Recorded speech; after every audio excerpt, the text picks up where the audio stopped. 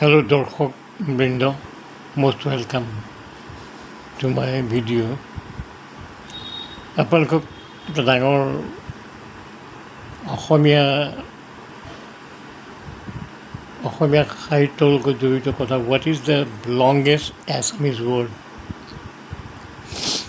But I heard when I was working in DC office, in a book I got in a magazine, that big word, lot of তাতে